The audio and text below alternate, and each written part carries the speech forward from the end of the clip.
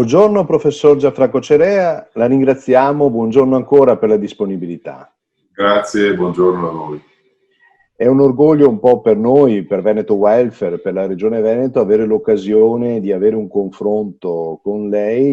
Allora, principalmente noi ci stiamo chiedendo, alla luce di quello che abbiamo vissuto in questo periodo, in questa, definiamola pandemia sanitaria, dove andremo? Quali saranno i principali conseguenze dei sistemi di welfare per l'economia, non solo in Veneto, ma in una prospettiva nazionale? Occorre fare, secondo me, un ragionamento sulle conseguenze generali di questa pandemia. La prima è che cambierà probabilmente il modello della globalizzazione, nel senso che ci siamo resi conto che le mascherine prodotte in Cina costano molto poco, però rischiano di non arrivare. E quindi da questo punto di vista ci saranno delle produzioni a filiera più corta, che costeranno di più, ma che alla fine ci garantiscono un controllo sul prodotto e la disponibilità maggiore. Il secondo aspetto riguarda la centralità della ricerca. Avere una ricerca avanzata in tutti i settori, perché abbiamo scoperto che serve in campo sanitario, ma anche per fare le maschere piuttosto che altri prodotti, diventa fondamentale. E diventa fondamentale averla a livello nazionale, internazionale, ma anche a livello locale. Quale sarebbe stata l'esperienza del Veneto se il virologo doveva andarselo a cercare negli Stati Uniti e non fosse stato uno di Padova? Quindi da questo punto di vista serve anche un presidio locale, qualcuno che sia vicino al territorio. E quindi l'altro aspetto ancora è la centralità di alcuni settori di intervento, primo tra tutti la sanità, rispetto alla quale occorre avere dei presidi adeguati, anzi addirittura ridondanti. Quindi serve investire di più nel pubblico e questo serve che si porta con sé evidentemente anche qualche ragionamento sulla pressione fiscale.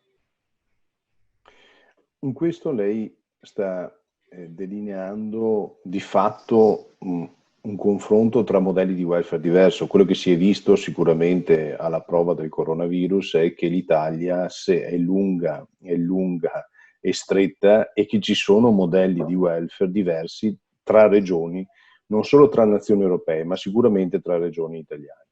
Quindi quali sono secondo lei le differenze sostanziali tra i vari modelli, ma soprattutto quale potrebbe essere in futuro un nuovo ruolo anche dei corpi intermedi della rappresentanza associativa? Allora, ci sono due tipi di ragionamento. Il primo sulla sanità. Io ricordo sempre, ero in Inghilterra che studiavo all'università in quegli anni, Margaret Thatcher ha privatizzato tutto, ma la sanità l'ha lasciata pubblica.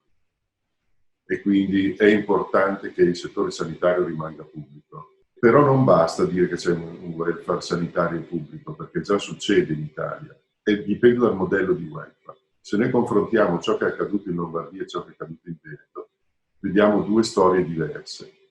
Perché? Perché il Veneto ha un sistema di sanità pubblica che è largamente pubblico, per non dire totalmente.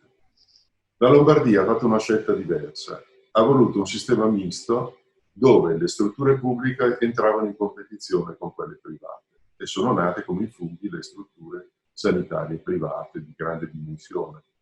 La concorrenza ha portato a una rincorsa verso la qualità e il risultato è stato quello di avere una sanità in Lombardia con punte di eccellenza generalizzate e riconoscibili a livello non solo italiano ma anche internazionale. Però questa ricorsa verso l'alto ha lasciato scoperta la base, con il rischio appunto che le grandi strutture avanzate non si dotassero di posti letti o rianimazione, perché i posti letti di rianimazione costano e non rendono. Si è fatto quello che si chiama il cream skimming. Porto avanti le attività dove guadagno e lascio perdere quelle dove perdo. Il risultato è stato quello di un sistema sanitario che è andato rapidamente in collasso e che la regione non riusciva a coordinare. E questo è il punto. Serve una sanità pubblica sotto il controllo pubblico, dove il privato può svolgere alcune funzioni importanti come la diagnostica e così via. Però è importante che gli ospedali rimangano pubblici, sotto una regia pubblica che se ne prende le responsabilità. L'altro aspetto è quello dei livelli. Noi abbiamo un problema di livello generale delle prestazioni sanitarie e del welfare, che deve essere adeguato secondo le aspettative e le esigenze dei cittadini, ma poi c'è anche un'esigenza e una dimensione personale. Ciascuno di noi può, nei confronti della sanità, avere disponibilità a pagare oppure la difficoltà di far fronte a certe spese. E quindi la risposta a questo tipo di problematiche non si trova, come faceva mia madre, nel risparmiare per il mal di pancia, perché potrebbe accadere che questi soldi non bastino.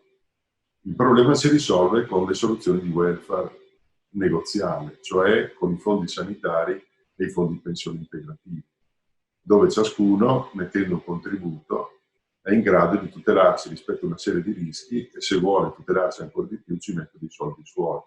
È un sistema assicurativo molto più efficiente della soluzione individuale.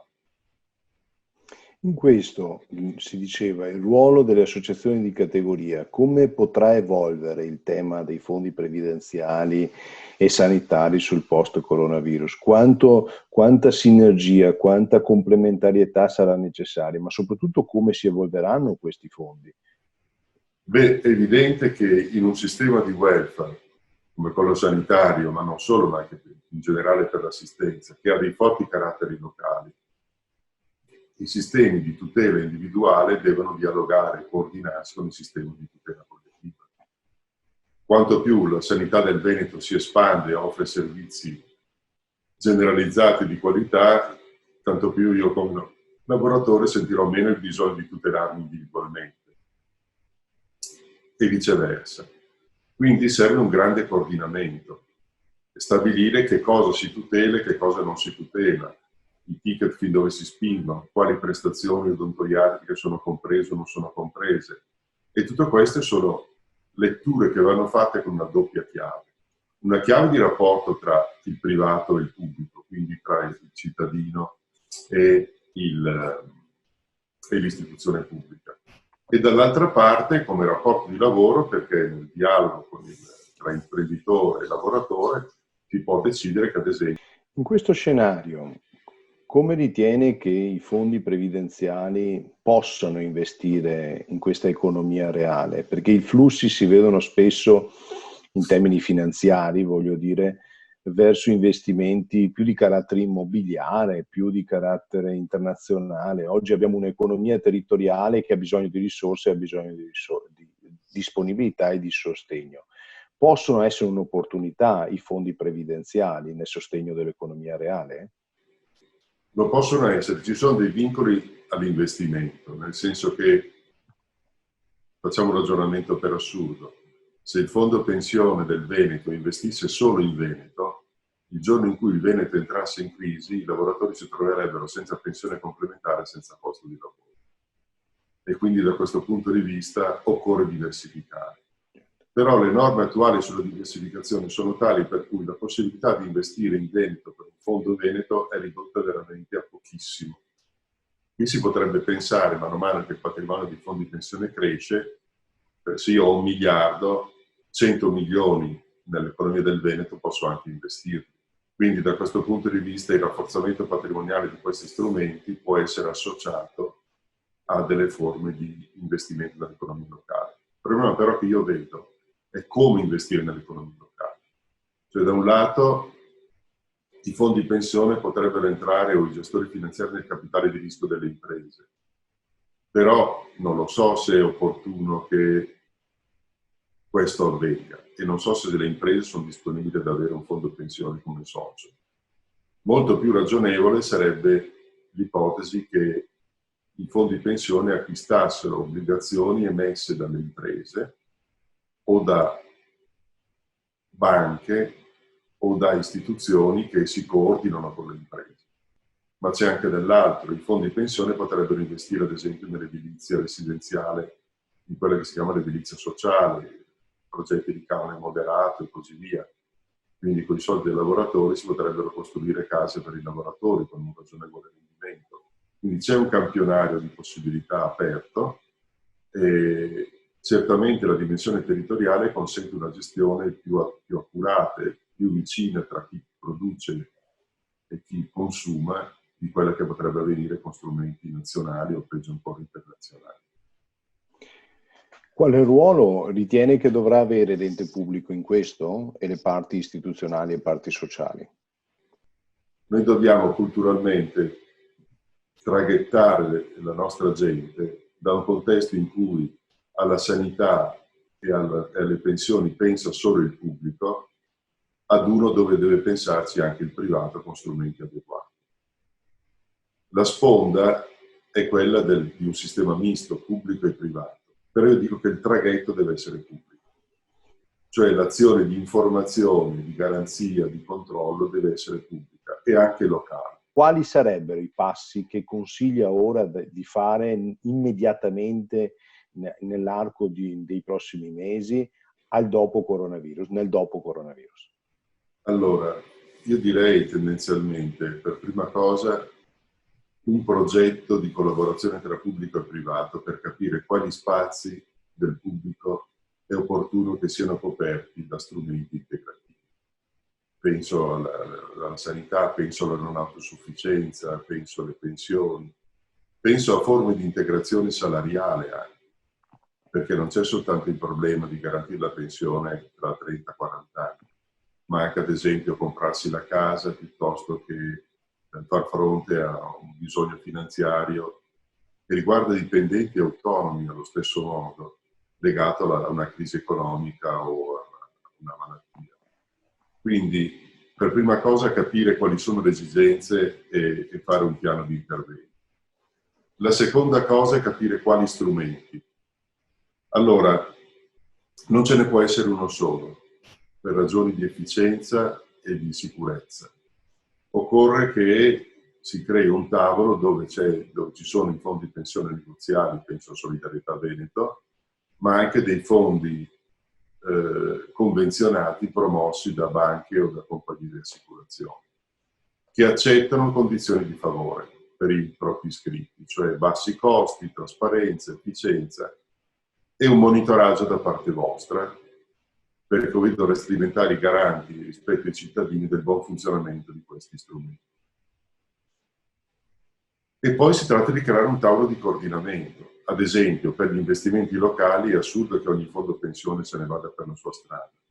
Sarebbe bello che fondi convenzionati e fondi negoziali avessero una strategia comune, quindi rispetto alle obbligazioni e così via. E dall'altra parte del tavolo ci dovrebbe essere chi le emette.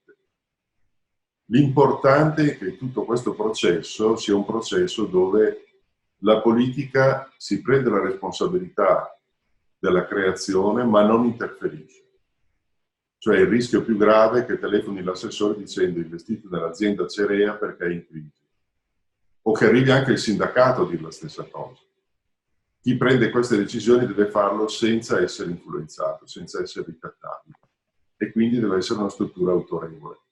Noi come Veneto Welfare abbiamo messo in piedi un sistema di accreditamento e questo sistema di accreditamento porterà ai fondi che si accrediteranno a percorrere strade virtuose, non rimuginando poi esperienze del passato. Grazie ancora professore per la disponibilità. Grazie a voi e buona strada. Grazie professore. Grazie professor Cerea ancora. Arrivederci. Arrivederci.